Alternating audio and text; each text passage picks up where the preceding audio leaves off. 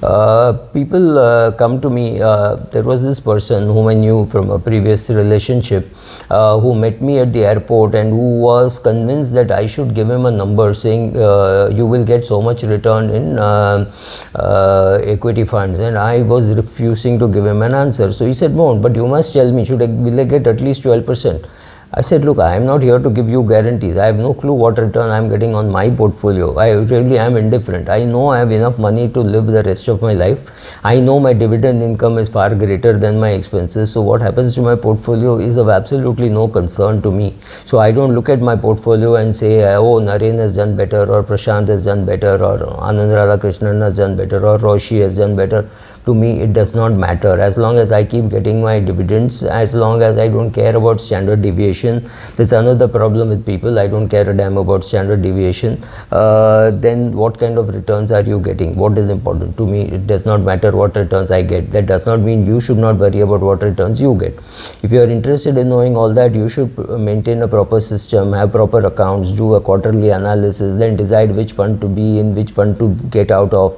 That's all your call. It's not my call at all, right? So another mistake which I see people make is looking for new products every day and saying, oh, that green color package is good. I keep telling them it's like going to a medical shop, standing there and saying, oh, I like that red color medicine, can I have it? So he says, sir, do you have diabetes? No, that's a diabetes medicine. No, that's okay, because I like the packaging, so please give me some. Does not make any sense. Don't look at every product that comes your way. I don't. In spite of running a channel, I don't. So many people come and tell me, oh, we are going to launch a focus fund, we are going to do this, we are going to do that. To me, it does not matter. I don't look at every NFO which comes and everything that happens, every product which comes. I have not invested in NPS, right? I have nothing against NPS, but I will not invest in NAV scheme which is run by the government or the government's diktats. I'll stay away from it. Personal views, right? So be sure about that. Another thing which I love people saying is the overconfidence of what they have about equity. They are very sure that equity will give 13-14% return, and in the long run. So long run to them means 5 years, 7 years, 10 years, 22 years, 6 months, 1 year, whatever. Each person can have his or her own definition of long term, and they're sure that in the short term there will be volatility, but in the long term they will get great returns. I have no clue from where they get that confidence. They have not got it themselves, but they have read about it. They watched YouTube videos, they watch other people's portfolios, and they believe this will happen. Beware.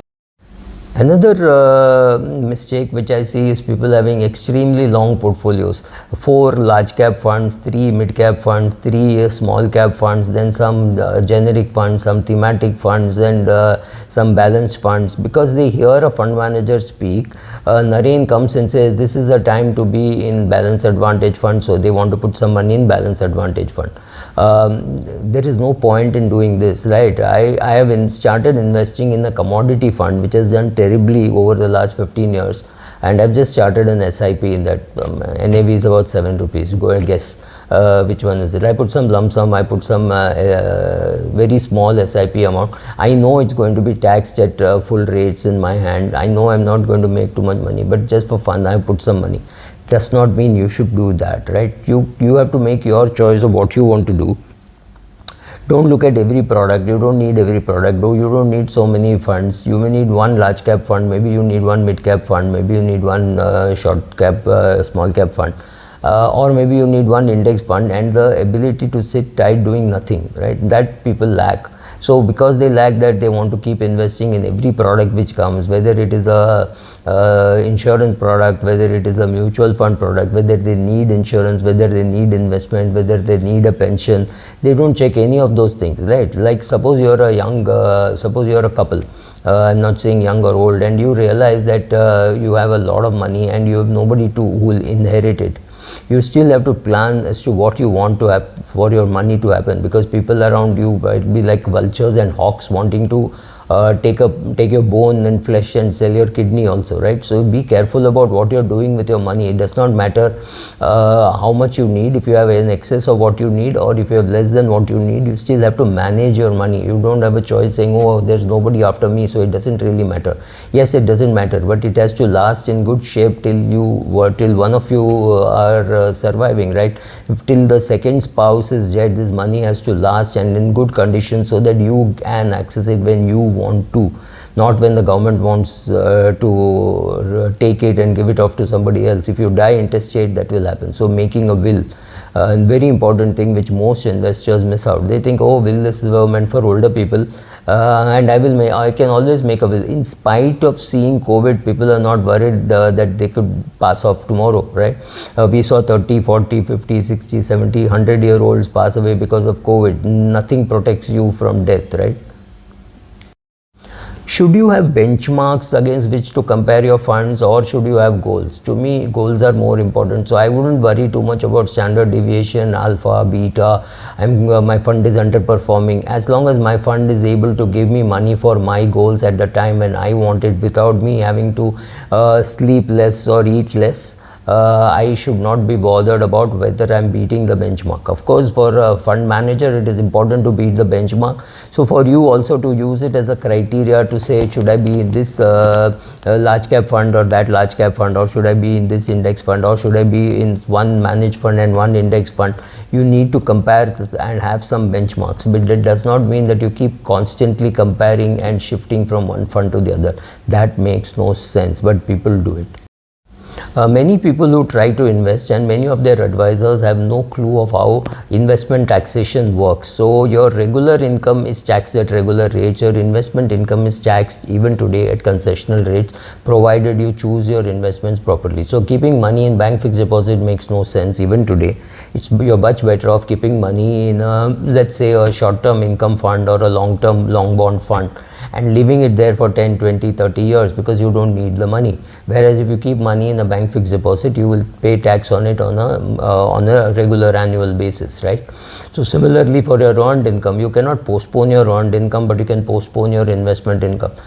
You need to know how to use clubbing, because there are people who transfer money from their account to their spouse's account and think, oh, I've shifted the income. No, you have not shifted the income. You have made a big mistake. Similarly, when you are managing your parents' portfolio, knowing how much to keep there, how much to keep with you, whether to give them money on a monthly basis, whether to invest in their name, will they blow it away, right? Knowing all these things is what makes it personal finance. It is not just watching YouTube videos and saying, oh, I understand everything in personal finance. No, you don't, because there are not very many YouTubers who understand what they are talking, right? So understanding investment process, understanding taxation, both are important as far as investing is concerned. Right. Another thing which I noticed is higher the risk, higher the return. I don't know from where people have got this theory. Higher the risk sometimes is higher return. If higher risk always got you higher return, then there is no risk, right?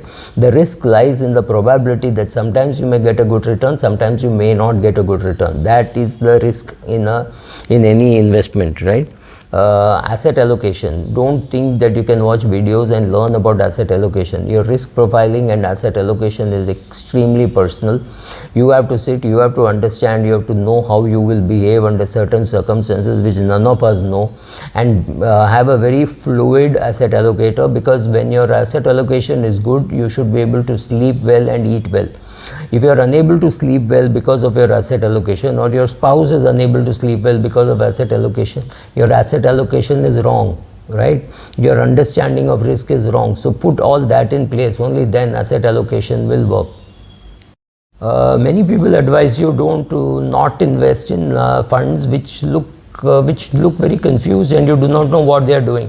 My take is very different. If there is a good fund manager and the fund is NAV is 7 rupees or 8 rupees, then I go and invest, and I made fantastic returns. So the fund in which I invested is the ICICI Prudential Equity Opportunities Fund or something. It's called Business Opportunities or Equity Opportunities. I have made fantastic returns. Now if you have invested in an index fund, obviously you would have missed this. I was doing a decent size SIP, and I had done a lump sum. My returns are still in 30% plus kind of a category, also because it was at a time when I think I started this in April 2020 or May 2020. That is the time when the markets were low. I think the NAV when I started it was $7 and now I have no clue what is the NAV. I have not tracked that performance for a long time, but last time when I saw the returns was upwards of 30%. Right, so there is no one single advice which suits everybody. So if I am trying to tell you don't invest in an index fund, that is because I am trying to tell you buy my newsletter, come and attend my session. In my session I will teach you how to create your own portfolio. When I can do all that, why will I ask you to invest in an index fund or anywhere else? But index fund is the easiest for me to tackle. Therefore I am saying please invest in an index fund and come and attend my classes on how you should build your portfolio, how many equity shares you should have, how many alpha funds or rather large cap funds you should have, right, seeking alpha. So I am contradicting myself because every YouTube video is just an invitation to come to my blog and buy something. I have nothing to sell. I have stopped doing workshops also. Maybe I will do, but other than workshops I have nothing to sell. My books anyway have finished the sales. My publisher is out of this business, right? So I really don't have a product to sell. Yes, quickly I may have a product. I may start writing again, but right now I have no product to sell to you. So be my guest, right? Thank you.